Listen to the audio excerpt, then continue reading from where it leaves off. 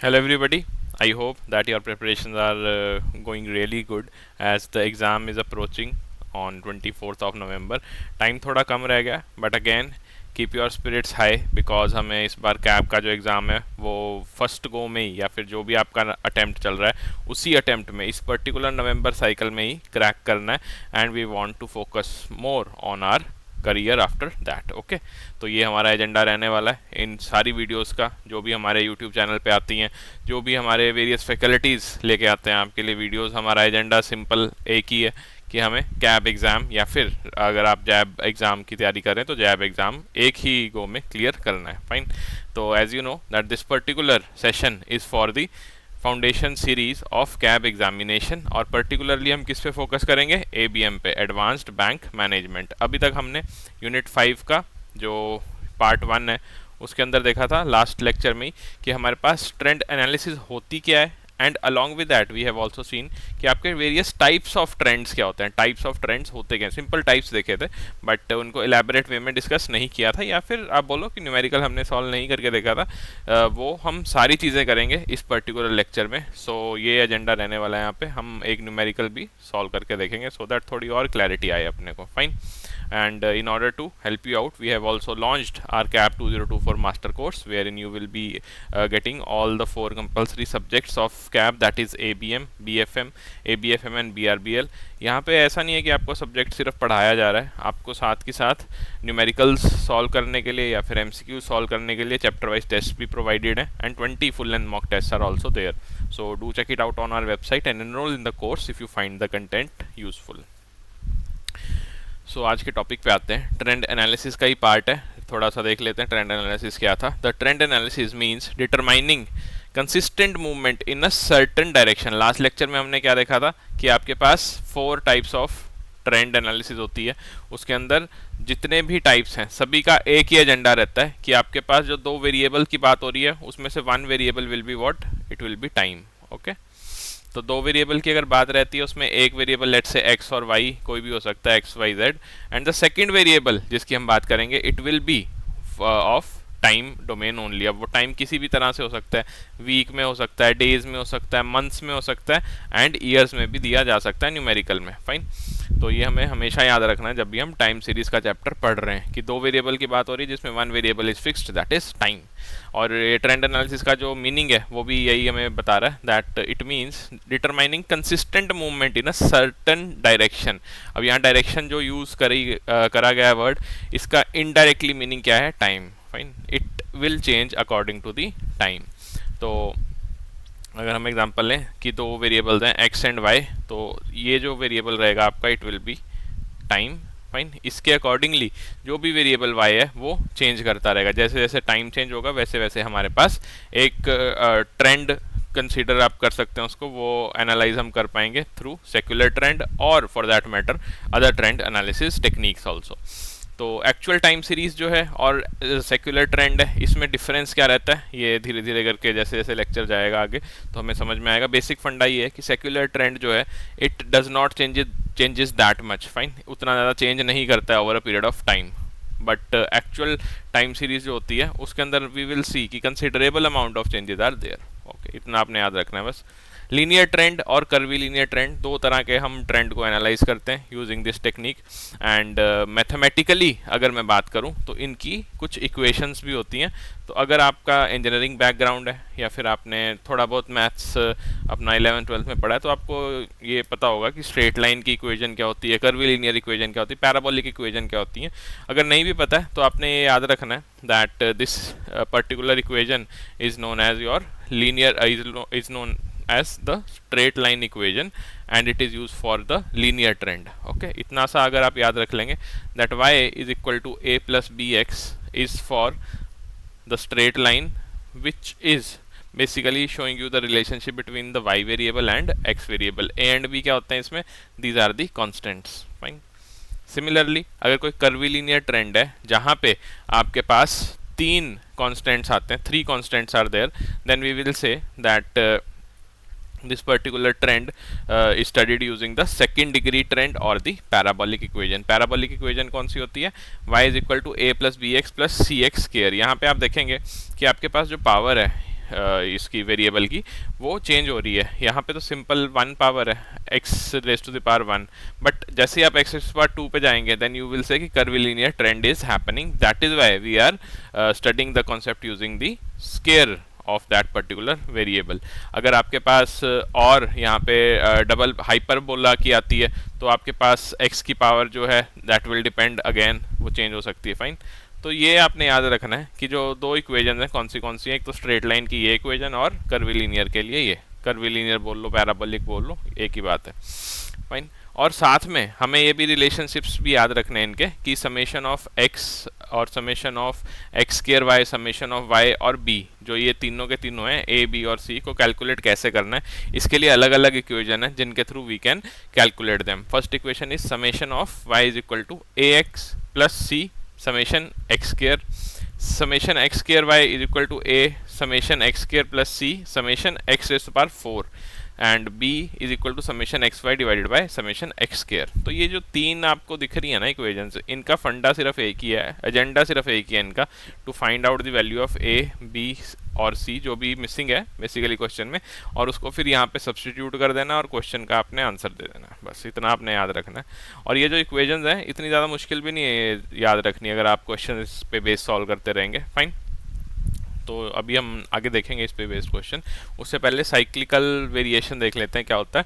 It is a component of the time series which tends to oscillate above and below the secular trend line for periods longer than a year. Okay, less than और equal to 1 year के लिए क्या था वो आप मुझे comment sections में बताना, बिकॉज लास्ट क्लास में हमने पढ़ा है। If the time is greater than 1 year तो आपके पास कौन सा ट्रेंड होता है, it is the cyclical trend और variation. Fine, seasonal variation makes a complete regular cycle within each year and does not affect one year any more than the other। इसका basic फंडा यही है कि आपके पास जब भी सीजनल वेरिएशन आएगी तो एक टाइम पीरियड के लिए, सपोजिंगली हम इस टाइम पीरियड को पढ़ना चाहते हैं, यहाँ पे स्टडी करना चाहते हैं हम इस टाइम पीरियड की कंपेयर टू दिस, तो अगर आप चेंजेस देख रहे हो यहाँ पे, these changes will be replicated where, जब आपका नेक्स्ट सीजन आएगा ये वाला। फाइन, ये साइक्लिकल फ्लक्चुएशन है, ऑल्दो इस पर्टिकुलर ग्राफ में ऐसा नहीं दिख रहा है आपको, बट मोर और लेस द चेंजेस और यू कैन से the delta will remain the same. Once we identify the secular trend, we can isolate the remaining cyclical and irregular components of the trend। अब देखो जैसे ये आपने देखा secular trend के लिए, this is for secular trend ना, कि आपके पास फिक्स्ड है, आपके पास चेंजेस नहीं आ रहे उतने, वी कैन स्टडी दैट। यहाँ पे क्या है, थोड़े चेंजेस ज़्यादा होंगे because time period is more. Fine, तो हमें इसको कैसे स्टडी करना है, यहाँ पे हम सबसे पहले क्या करेंगे, हमको फर्स्ट स्टेप जो होगा, step 1 will be to identify कि आपके पास कौन से यहाँ पे सेक्युलर ट्रेंड बन सकते हैं। ओके, इस पूरी वेरिएशन में आपके पास कौन सा ऐसा सेक्युलर ट्रेंड है जिसको हम स्टडी कर सकते हैं यूजिंग दीज इक्वेशंस, ये जो तीन इक्वेशंस दी हुई हैं, दीज इक्वेशंस और दीज इक्वेशंस। फाइन, जो भी एप्लीकेबल होगी क्वेश्चन में, तो यहाँ पे हम सबसे पहले ये एस्टैब्लिश करेंगे, और उसके बाद जो सेकंड स्टेप होगा that will be to eliminate all the non secular trend or all the non secular variation, so that we can study this whole, you can say all of this distribution। Fine, जो भी distribution है, beat probability distribution या फिर आपका जो number of years में distribution है, कोई भी डिस्ट्रीब्यूशन है उसको हम स्टडी कर पाएँ। फाइन, तो दो स्टेप्स इन्वॉल्व रहते हैं इसमें, और जो थर्ड स्टेप है वो तो आपने अभी देखा ही है, फार्मूलाज यूज़ करने हैं, वेरियस फार्मूलाज। फाइन, तो ये जो एलिमिनेशन वाला आप देख रहे हैं ना स्टेप, दिस स्टेप 2 कि हमें एलिमिनेट करना है, कैसे एलिमिनेट करते हैं हम, using the residual method. It is the method wherein the time series analysis technique is used to isolate and evaluate the residuals cyclical variations in data। Fine, तो ये residuals जो है इसको आप स्टार कर लो मार्क, बिकॉज ये पूछा जा सकता है कि what do you mean by residuals। तो residuals are nothing but the non secular entity of a particular trend analysis or variation, or for that matter any probability distribution। Fine, question देखते हैं, this is very very important for us. Question बोलता है कि that given below are annual sales data of your quartz watches in lakh based on which predict the sales in the year 2021। अब यहाँ पे देखो sales के बारे में पूछा गया है, in order you have to predict the sales. Fine. अब ये सेल्स वॉचेस की दी हुई है, हो सकता है आपके पास एग्जाम में क्वेश्चन आ जाए sales of particular you can say banking product, कोई भी एक बैंकिंग प्रोडक्ट है उसमें कितने नंबर ऑफ एनरोलमेंट्स हुए हैं उसको प्रिडिक्ट करो, फाइन, कितने पर्टिकुलर एनरोलमेंट्स होंगे ये प्रिडिक्ट करो based on the data which is given till 2016। कुछ ऐसा क्वेश्चन भी पूछा जा सकता है, सो बी मेंटली प्रिपेयर्ड। तो पहला जो चीज़ करनी होती है आपने किसी भी क्वेश्चन में, हमने स्टार्टिंग से जब भी ये स्टार्ट किया स्टैटिस्टिक्स मॉड्यूल तो यही देखा है कि first step is to find mean. Mean आपको ज़रूर से फाइंड कर लेना because this is used in every formula, fine, every formula, और for that matter it eases your calculation, ease out कर देता है थोड़ा सा क्वेश्चन को आपके लिए। क्वेश्चन में दिया गया क्या हुआ, देखो टाइम दिया हुआ है ईयर 2012, 13, 14, 15, 16, फाइन, वाई दिया हुआ है that is number of watches in particular year in lakhs, fine, lakhs में है ये वॉचेस।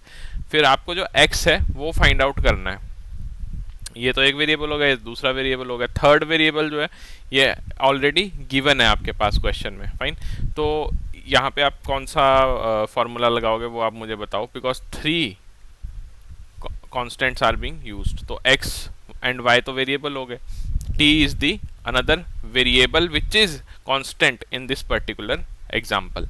तो यहाँ पे अगर 3 आपके पास कंपोनेंट्स यूज हो रहे हैं, we will use the case of parabola और कर्वीलिनियर ट्रेंड। तो आपके पास से जो y is equal to a plus b x plus c x square यही आएगा, फाइन, ये हमने यूज़ करना है। एंड ये हमेशा याद रखना है कि जब भी ये वाला आपने कर्वीलिनियर ट्रेंड स्टडी करना है तो ये जो 3 इक्वेशंस लिखी हुई हैं यहाँ पे, इनमें जितने भी कंपोनेंट्स हैं जैसे समेशन x और sorry summation y, then an plus c summation x square, फिर a summation x square, c summation x raise to power 4, ये सारे आपको फाइंड आउट करने हैं, फाइन। तो स्टेप 1 क्या था, मीन फाइंड आउट करना। तो मीन टाइम क्या है यहाँ पे, ये देखो आप, it is 2014, why, because x is equal to 0। अगर आप ग्राफिकल रिप्रेजेंटेशन से देखते हो तो ये आपके पास मीन है। Otherwise also you can see यहाँ पे आप इन जो टाइम है इसको सबको डिवाइड करके, किससे डिवाइड करना है आपने, प्लस करके divided by 5, you will get this only. Centre of you can से मीन होता क्या basically, it is the average और द मिडल पॉइंट, फाइन। यहाँ पे मीडियन और मीन सेम आ रहा है, दैट डजंट मीन कि दोनों सेम है, बट जो हमने अपने स्टैटिस्टिक्स मॉड्यूल के अंदर सेकंड और थर्ड चैप्टर में देखा था, that mid point if the particular question is not saying कि मीडियन और मीन और आपके पास जो भी बाकी का स्टेटिस्टिक है वो सेम है या नहीं है, if it is not mentioning that then we consider कि जो मिड पॉइंट है that will be the mean. तो मीन टाइम कितना हो जाएगा 2014। उसके बाद सेकंड स्टेप क्या है आपके पास, ये फाइंड करना समेशन वाई। तो समेशन वाई क्या होगा, जितने भी आपके पास वाई में यूनिट्स दिए हुए हैं इन सबको हम ऐड कर लेंगे, फाइन। इसकी वैल्यू क्या आ जाएगी 247। आफ्टर दैट हमें और क्या कैलकुलेट करना है, इसी इक्वेशन में देखो, पहले ये इक्वेशन को सॉल्व करते हैं, ये तो मल्टीप्लिकेशन का हो जाएगा। यहाँ पे हमें क्या चाहिए, समेशन एक्स स्क्वायर चाहिए, तो समेशन एक्स स्क्वायर कर लेना। कैसे करेंगे, इन सभी को स्क्वायर कर लेना है आपने, फाइन, और उसके बाद सबको ऐड कर देना है। Then we want to find summation x raise to power 4, यहाँ पे इस इक्वेशन के लिए summation x raise to power 4 चाहिए, दैट विल बी 34।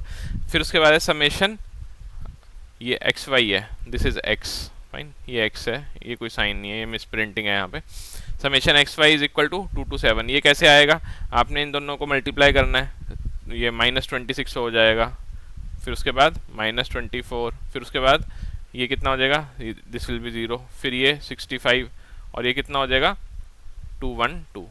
इसको सॉल्व करेंगे, ऐड करेंगे इन सबको, तो आपके पास क्या आ जाएगा 227। Then summation x square Y it is 565, fine. तो हमारे पास मोर और less you can say now we can substitute the values here in this formulas and arrive at the values of A and C. A और C आपके पास यहाँ से आ जाएगा, because B तो ऑलरेडी यहाँ पे कैलकुलेट कर चुके हैं आप इस फार्मूला के थ्रू, बी आप कैलकुलेट कर चुके हो। अब इन तीनों वैल्यूज़ को ए, बी और सी को इस पर्टिकुलर फार्मूला में कर्वीलिनियर ट्रेंड में की जो इक्वेशन होती है पैराबोला की, उसमें हम सब्सटीट्यूट करेंगे, तो हमारे पास y इंटरसेप्ट की वैल्यू क्या आ जाएगी 39.3 plus 22.7x plus 5.07 x square. यहाँ तक क्लियर है। उसके बाद अब हमसे पूछा क्या गया है, हमें पूछा गया 2021 का प्रेडिक्ट करना है। तो कैसे प्रेडिक्ट करेंगे, मीन के अराउंड जो भी होता है अपने डेटा, देखो यहाँ पे वो चीज़ें काम आएंगी हमारे जो हमने थ्योरी में पढ़ी थी, ठीक है ना। जैसे सबसे पहले हमने मीन क्यों कैलकुलेट करा, या फिर मीन हमने 2014 ही क्यों लिया, दैट थिंग। अब सेकेंडली जो थ्योरी है वो कहाँ पे काम आएगी, इस पर्टिकुलर कॉन्सेप्ट में, कि हम जो भी हमारे पास ट्रेंड एनालिसिस होगा या टाइम सीरीज का क्वेश्चन होएगा उसको हम सॉल्व किसके अराउंड करेंगे, we will solve it around the mean और the particular statistic which is being mentioned in the question. Fine, तो यहाँ पे हम मीन के अराउंड देखते हैं। तो टाइम जो हमें गिवन है दैट इज 2021 माइनस मीन कितना है 2014, कौन सा हो जाएगा 7 आ जाएगा आपका इसमें किसकी वैल्यू x की, जो ये है ना x, this x t minus m, it will be what 7। अब सिंपली इसमें सब्स्टिट्यूट कर देना हमको 7 सब्स्टिट्यूट करा इस इक्वेशन में तो आपके पास आ जाएगा 446.6 और ये कितना है इन लैक्स है, तो कैसे लिखेंगे हम 446 लैक्स में कितनी जीरोज होती हैं, ये लैक्स हो गया ना, और एक डेसिमल पॉइंट यहाँ पे हटा दो तो ये आ जाएगा आपका answer. It will be what, it will be 4,46,60,000। Fine, this will be the answer for the number of sales by 2021। तो ऐसे सॉल्व करना है। अगर हमें क्वेश्चन में ये पता है सबसे पहले कि किस टाइप का क्वेश्चन है, कौन सा हम वहाँ पे ट्रेंड यूज़ करेंगे, कौन सा हमारे पास ट्रेंड गिवन है, एंड उस पर्टिकुलर ट्रेंड के लिए कौन से फार्मूलाज यूजफुल हैं। सिर्फ 2 केसेस होंगे आपके पास जिसमें क्वेश्चन आएगा। सबसे पहला होएगा लीनियर इक्वेशन वाला, उसको हमने डायरेक्टली इस फार्मूला से सॉल्व कर लेना है, और कर्वीलिनियर वाला, ये 3 फार्मूला एडिशनल है apart from this particular formula. Fine, so this was it for this particular lecture. If you like the content which we are providing on our YouTube channel, you can consider subscribing it. Channel's name is EduTap GIBCIB. If you have any query, drop a mail to us at hello@edutap.co.in telephonically. This is the number where you can contact us. Formulas जो हैं मैं बार बार बोल रहा हूँ उनको revise करो, और एक अलग से नोटबुक बना लो या फिर एक अलग से पेज A4 शीट आप अपने पास ले लो और उसमें लिखते जाओ हर एक चैप्टर वाइज फार्मूला, कि चैप्टर नंबर 1 में तो चलो नहीं था, 2 में कौन से फार्मूला यूज हुए, 3 में क्या है, 4 में क्या है, एंड 5 में क्या है। आफ्टर द दिस यूनिट ना यू विल फाइंड कि उतने फार्मूलाज जो हैं वो आपके पास सबसे ज़्यादा 6th में आएंगे, उसके बाद 6th के बाद तो 7, 8 और 9 में उतने फार्मूलाज हैं भी नहीं। तो सिर्फ और सिर्फ जो आपने ये फार्मूला वाला प्रोसेस करना है कि आपको एक पर्टिकुलर A4 शीट या फिर एक अलग से जो भी नोटबुक लगानी है वो चैप्टर नंबर 3 के लिए, 5 के लिए और 6 के लिए लगानी, बाकी चैप्टर्स तो we can easily handle. Okay, so keep revising and keep up the moral.